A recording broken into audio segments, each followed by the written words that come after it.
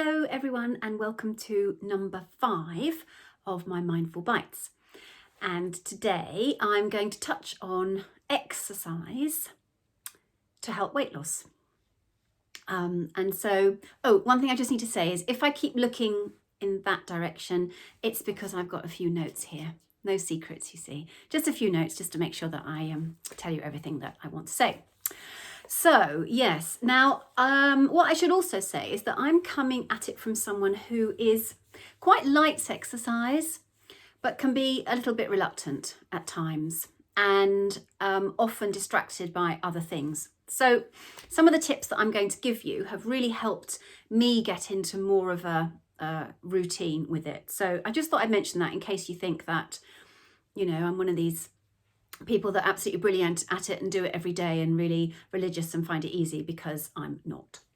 So we are looking to try and be healthier, aren't we? We're looking to try and manage our weight. We're looking to be able to lose weight. And so exercise can play a really important part in that. So let me give you a few reasons why.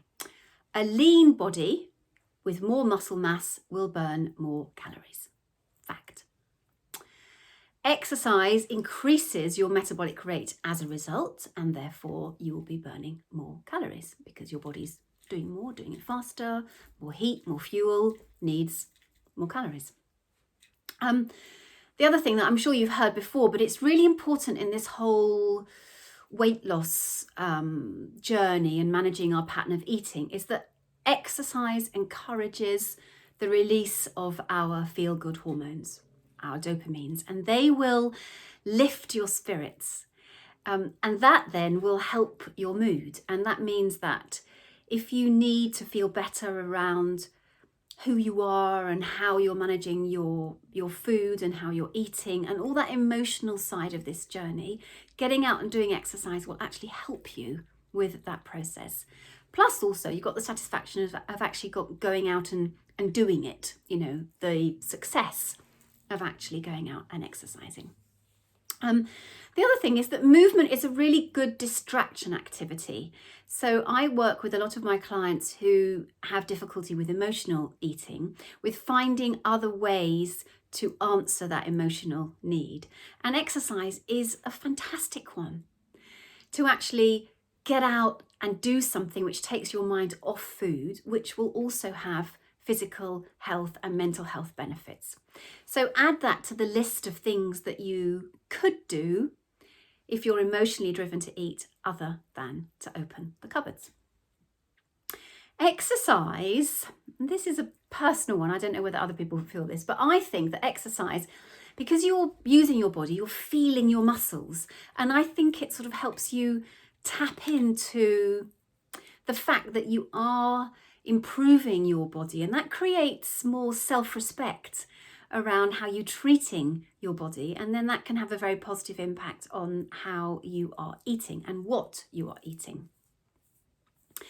Now, exercise, you don't have to exercise 4 hours. I've been reading quite a lot about the fact that intensity is quite beneficial. You don't have to jog for an hour. You don't have to do things for too prolonged a period. And I thought, well, it's all very well for me to just say that to you. I need to speak to somebody who really knows about it.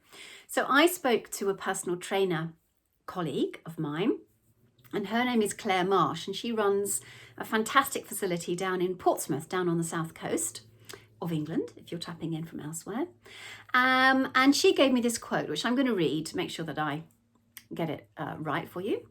Intensity over volume with sound, functional movement mechanics is all you need. Brilliant.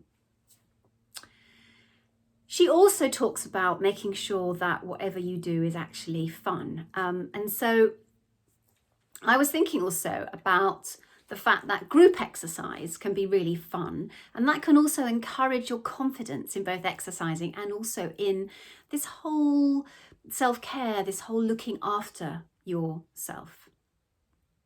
And of course, as you improve your muscle tone, which inevitably you will, then you can start to learn to love your body even more than you do now. And I'm quite big on this when I talk to my clients about dieting and weight loss and stuff, trying to get them to love their bodies as they are now and look at changes in their eating as an improvement rather than trying to get rid of negativity or push that to one side, or, So I think exercise can really help with that.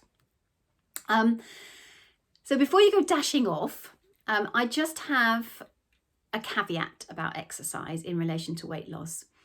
And that is that you have to exercise a huge amount to burn off a habit of overeating. The other danger of linking exercise, I think, too closely to weight loss is that you can create a psychology of earning or working off food, which is akin actually to a dieting mentality. So, for example, if we worked hard in the gym, we might allow ourselves treats or more food than we actually need in response to that. And then conversely, if we've overeaten, we might feel under a huge amount of pressure to exercise to burn it off. And those are danger zones that I just thought I really ought to include in this. So my suggestion around exercise is to do it with the aim of improving your health, and the fact that weight loss will, if you have weight to lose, be a natural spin-off, possibly, probably, but that you're not doing the exercise for the sole purpose of either burning off the food that you're eating or losing weight. Just realised my hand keeps popping up, so I'm going to keep it down here. So the answer is that a stable, nutritionally sound eating pattern, hand in hand with exercise, is the perfect partnership. So how can you get more movement into your life? Right, so here are a few little things that may help you, and certainly helped me.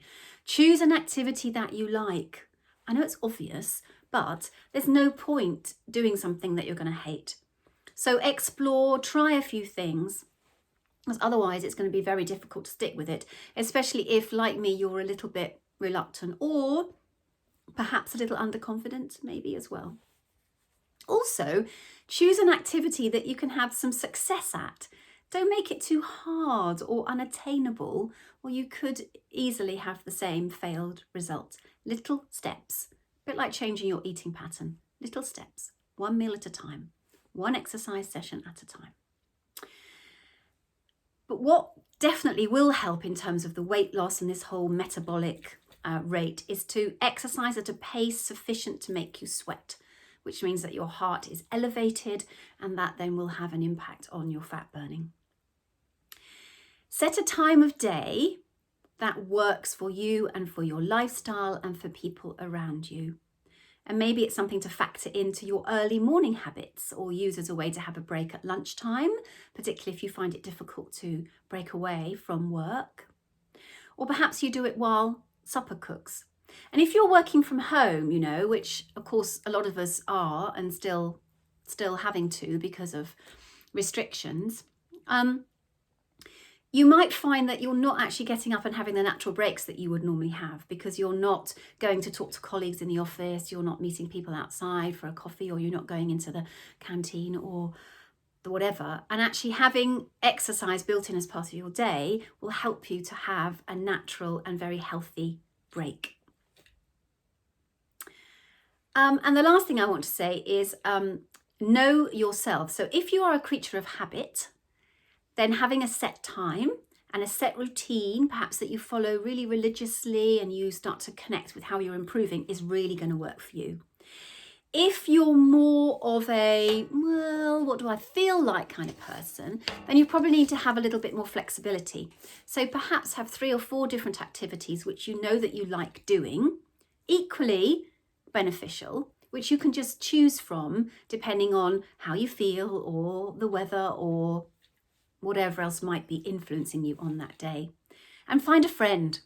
There's nothing like being accountable to an appointment with a friend to make you stick at something. Oh, and there's a little final note. Sorry, I know I said final just now, but this really is the final point.